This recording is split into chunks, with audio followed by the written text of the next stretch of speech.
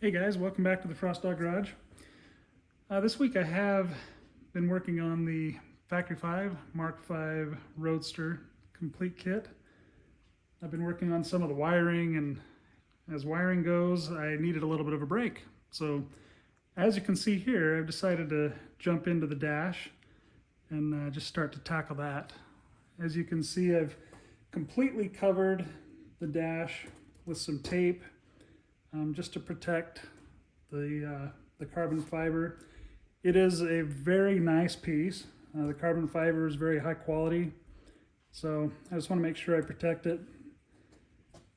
And I was going to kind of describe how I laid out some of the holes. Now they do give you a template, looks like this, and that's one more reason to cover your workpiece with some tape to protect it from some of the sharp edges that are here on this template, the aluminum.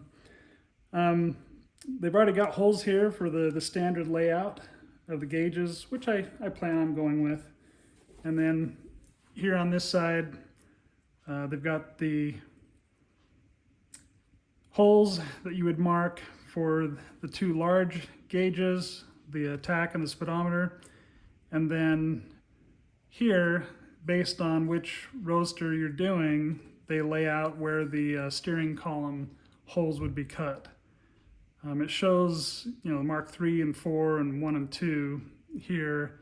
Of course, this is a Mark 5, but you just follow the holes for the 3 and 4, and it becomes very apparent once you've marked the holes for the larger dials that if you've got the Mark 5, this would be out of position, so you use these here. And then here's the standard gauge layout over here. The piece just fits on top like this. It's got a little cutout here to kind of hold it. I grabbed some little clamps just to hold it in place, took a marker, and then marked each of the holes, as well as the mounting hole up at the top. And then once all of the holes were marked, and I pulled the dimensions for the holes off of the manual, and from there I decided the easiest way to mark these holes and make sure they were nice and precise was just to use a carpenter's scribe.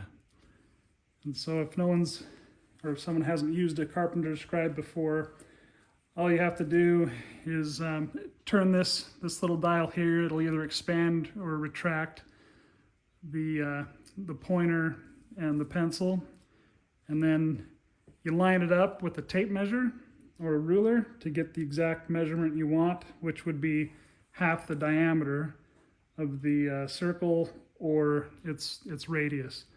And once you have that, personally I'm making it just a hair smaller, and then I plan on enlarging the holes just enough to fit the dials or the gauges. So, I mean, maybe a half of a 1/16 or something of an inch smaller for those purposes. And the way you use a scribe is you just take the sharp end, the pointer, put it right in the center where your hole's going to be. That's another reason for having the tape. It holds the scribe in position real well once you give it some pressure down. And then you just twist it like that to mark your, or to scribe your circle with the pencil. This one currently is set up for the steering column over here. I'm not sure how well you can see it, but you end up scribing 2 circles, which would then be cut out, and then these edges here would be expanded slightly, which I just plan on doing with the Dremel, and that'll be the cutout for the steering column. It worked pretty well. I wasn't really sure how I was going to do it, and then just happened to notice that I had this up on my workbench or the shelf, and thought, what a great opportunity to use this tool that rarely gets used here in the shop. So didn't know if or when I'd have an opportunity to use it in an automotive application, but this is a perfect example. I still have yet to mark some of the holes down here at the bottom of the dash for things like the ignition. Of course, I won't be using the turn signal hole. Let me move it up here so you can see it a little better. So this one, according to how they have it in the manual, this one here would be for the key, the ignition. This they have set up for a kind of a toggle for the turn signal. Of course, mine's on the steering column, so I won't be using this. I might purpose it for something else. This one they have set up for the horn, and then the lights over here on this one. I haven't marked them yet. I probably will go ahead and use a pencil and mark those in. And since it's on tape, if I want to, I can just remove it or erase it or whatnot. So I highly recommend the tape just to save your workpiece, especially as I begin cutting these holes. I just want to make sure I protect the carbon fiber because it's very nice and it's also an expensive piece. So that's the update there. Once I get the holes cut, then I'll give an update on that. I plan on kind of roughing them in, and then I'll expand them a little bit with maybe a drum type sander or a sanding wheel on the Dremel tool. So it's going to take some time, but I want to make sure that I don't mess it up so that it'll look nice. But I'll give an update at that point, or maybe I'll do a time lapse as I cut the holes. It is definitely going to take a while, but that's all right. I've got time.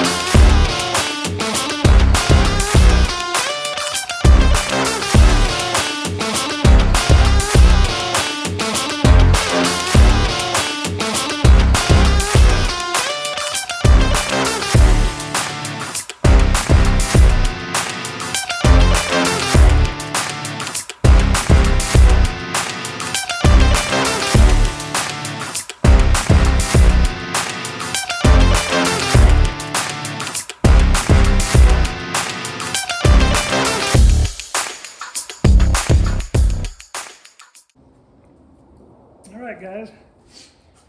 Well, the holes are all complete.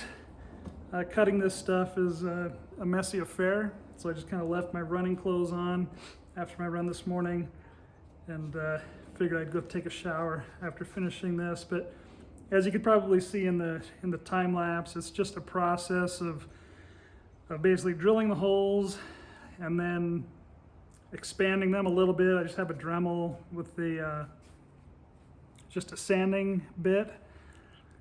It looks like all of one battery is what it took to finalize these holes. So I'd go around a number of times. I kind of count the times I go around. Then I'd go grab a gauge. I'd bring it over, put it in place, and keep doing that until the gauge fit. And then I remembered how many times they'd gone around, and I went ahead and did that on the subsequent holes for the gauges. And then test fit when I got close to that same number as I did on the first one until they all fit. Down here on the bottom, I actually ended up using I used small hole saw bits for these two, and then I used a step bit on these small ones. I'm not sure how clean it is. I won't know until I get the tape off and kind of take a look at it, but the faces of the gauges should cover that up. I did make one mistake, kind of kicking myself for that, as I wanted the ignition here in this first spot, but I used that plate that you put over here to kind of mark your holes. Well, I drilled out the plate because I wanted to move my holes around to have the ignition here, the horn here, the wiper would be here, because I'll have wipers on mine, and then the lights would be over here. Well, I used that plate after I drilled it out as a template, and I accidentally marked this larger than it should have been for the wiper, because I was going to use the plate as a backing. But Now I probably won't be able to use it as backing. Still, this carbon fiber in here is fairly thick, so I don't know if it would have worked if I had that plate epoxied on as a backing. But anyway, so I changed things around, and it looks like now I'll have my lights over here. I'll have the ignition, the horn, and then the wiper switch here on the right. A little different than I wanted, but it'll work. It'll be fine. All the gauges fit really nice. And then all I did is kind of smooth out this hole for the steering shaft. And since there were a couple of bumps here on these edges from the two concentric rings, I just kind of smoothed them out with the Dremel. That was really easy. Next up, I'm going to jump over to the glove box. And once I have the glove box in, maybe I'll show that on time lapse. But once I have that all in and set, I'll pull the tape off, I'll put the gauges on, and I'll kind of show you a finished project, a finished carbon fiber dash. I'll keep my fingers crossed that it all turns out well. So here we go.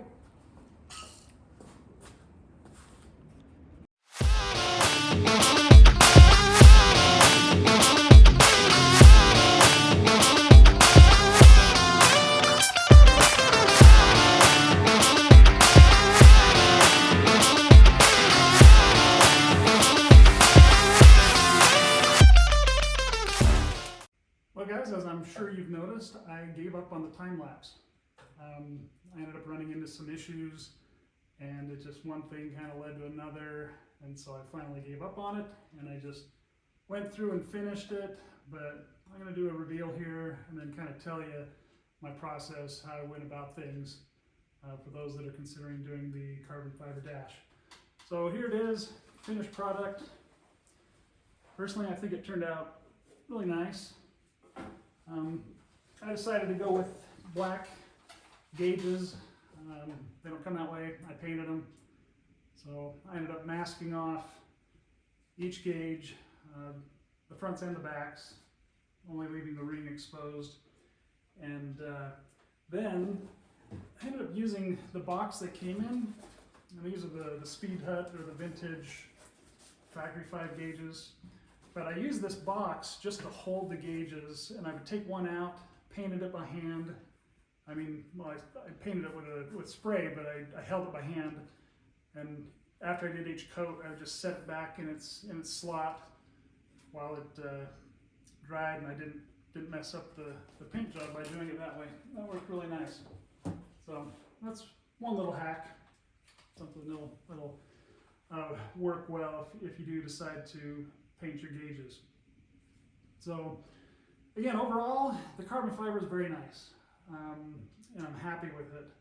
I know it's difficult to get it consistent when they're mass producing it like this, because it is all hand done. If you look at the back side of it, you can tell it's a very authentic piece. But there's also some inconsistencies. So in some places it's thicker on the back, on the mold portion than others. And I ran into some issues down here on the bottom. It comes with a template, and you would use that template to be able to mark some of the holes down there. Well, I wanted a certain layout, and so I went ahead and drilled the template for my layout. And then I was planning on using the template as a backing plate to hold these switches on the backside. Well, it didn't work out the way that I had planned, at least not exactly. I let myself get distracted. I got a phone call, and then when I came back to this, I drilled a hole. It ended up being a little bit too big, so I was kicking myself over that. But again, that's a first world problem. It's going to work just fine the way it is, and it looks really nice. So no big issue there. I couldn't use the template because it would have made it all too thick, and then I couldn't get the little knurl nuts on the back to hold everything. So that's what I did there. Just to kind of run you through how I did some of the gauges. I talked about some of it in the earlier portion of the video, and perhaps I'll put this on as a standalone. But this came in really handy. It's a carpenter's scribe or compass, and it does wonders for drawing holes. You just push the little pointer in at the center of the hole. Of course, you've got your aluminum template here. It just sets on there. And then you're able to mark, actually goes that way, and you're able to mark your holes for the kind of a standard gauge layout. And then these are for the larger holes. Again, down here it says 3, 4, and 1 and 2 here for whichever Mark Roadster you have. With this being the Mark 5, it still falls in the 3, 4 categories, so that everything will line up and the steering shaft will be right here. The reason there's 2 holes is because you're going to drill 2 holes and then kind of smooth out the edges to make one large oval, which is right here for the steering shaft. Some people just put theirs on and then pull the shaft forward. I can't really move my shaft, it's stuck in there, but some of them will pull it forward until it touches, and then they'll mark that, and then they'll drill a much smaller hole. But I have the one drilled just the way the template has it on there, but that works well. This also works well as a backing when you're doing the glove box, because the glove box lid needs to set flush. And so if you clamp this on as a backing, that works really well. So would suggest doing that. Let's see, a few other hacks. I would highly recommend you use some tape. This is just some green painter's tape, but I covered the entire workpiece before I started working on it, and it definitely saved it. So that, in my book, that would be a must, to cover it all before you start drilling holes and things like that. And of course, when you're drilling or sanding or using a Dremel on carbon fiber, it puts off very fine dust. So a dust mask, quality dust mask is pretty much a must. And of course, eye protection. I really need to get a face shield, which you should have if you're using a cutoff wheel or a Dremel like this. And so that'll probably be my next thing, is to get a face shield for it. But this little battery powered Dremel, it worked great. I was able to do the whole dash just on one charge. Well, I did charge overnight just to do one little adjustment down here and to kind of smooth out some areas on the back side of the glove box. But for the most part, yeah, one battery did it. Other than that, another tool I used is just a little miniature sanding block. This thing worked wonders. Because at one point on the back side of the glove box, the lid, you need to rough it up with sandpaper as well as the aluminum backing plate, because you're going to epoxy them. And so using something like this just worked really good. Also, I had to do some real slight adjustments on the glove box so that it wouldn't hit the edges as I open and close it. And so I just used this with it open on the back side and was able to just kind of grind it down enough that it would close and open real well without scraping anything. So these, they come with different grit sandpaper, and I have another one here. It's just called a micro tool sanding kit. This one actually has some higher grit papers, but I think that one has like 80, 180 and 320 or something like that, and this one's higher. But that worked really well. I was happy with that. Also, for drilling some of the holes, I used these Diablo hole saw bits, and they work really good. They're for cutting metal. They're very sharp, but my suggestion is if you're going to cut carbon fiber with a hole saw, and they do recommend using it, although I've seen some videos that people will just use like cutoff wheels to cut them all, which is also a thing you could do. But if you do use the hole saw, you need to cut it at a very high RPM. My little drill press back here, it only goes up to 3,300 RPM, and that's what I set it at. Set it at 3,300, and then was able to drill these smaller holes. And I drilled them a little bit smaller, and then after that, I used the Dremel with the little sanding disc to slowly expand those holes just until the gauge would fit in there. So each of the gauges would fit real nice. For the larger holes, I don't have a hole saw that size. If I did, I'd probably use it. I guess I could have ordered one, but I opted to just use the cutoff wheel on the Dremel to at least get close to where my mark was, and then from there expand it out until the gauge fit. So that worked really well. So my advice is when cutting the carbon fiber, definitely take your time, go slow. And those are the tools that I used. I'm trying to think of any other issues that I encountered. I guess with the glove box. So they have a little chrome ring that can go around the lock for the glove box.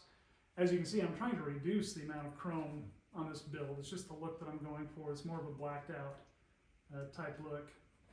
But over there, they have this chrome piece that goes around the lock, and they say you can use it or not use it.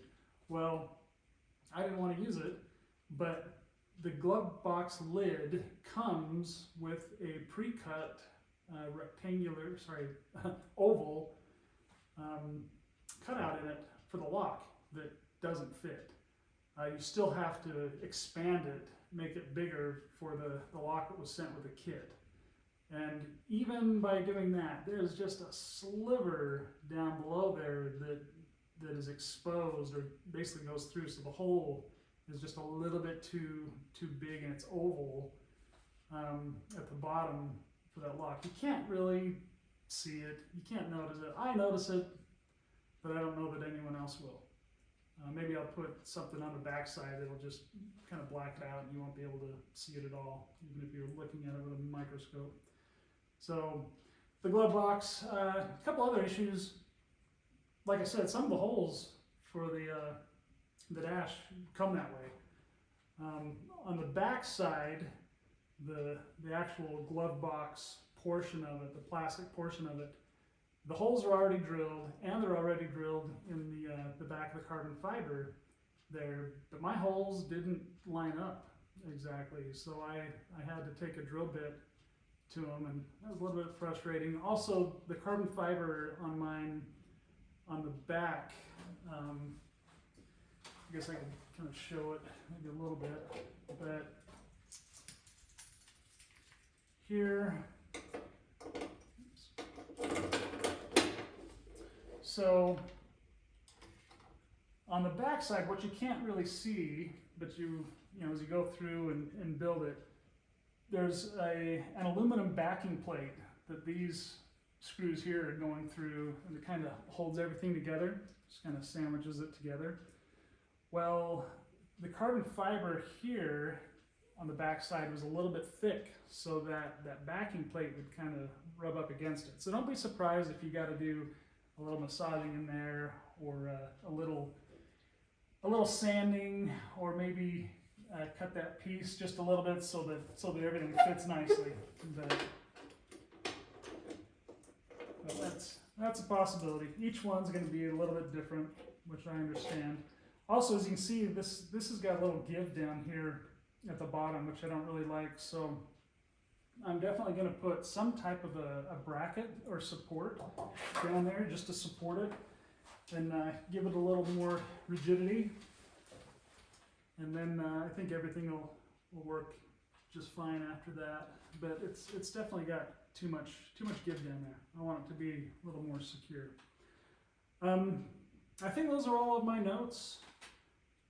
So if anyone has anything farther or anything they've run into on their carbon fiber dash, or you have any questions of things that possibly I didn't cover, go ahead and put them in the comment field, and I'll get to them when I can and throw it back. Again, I'm not an expert, but I make do.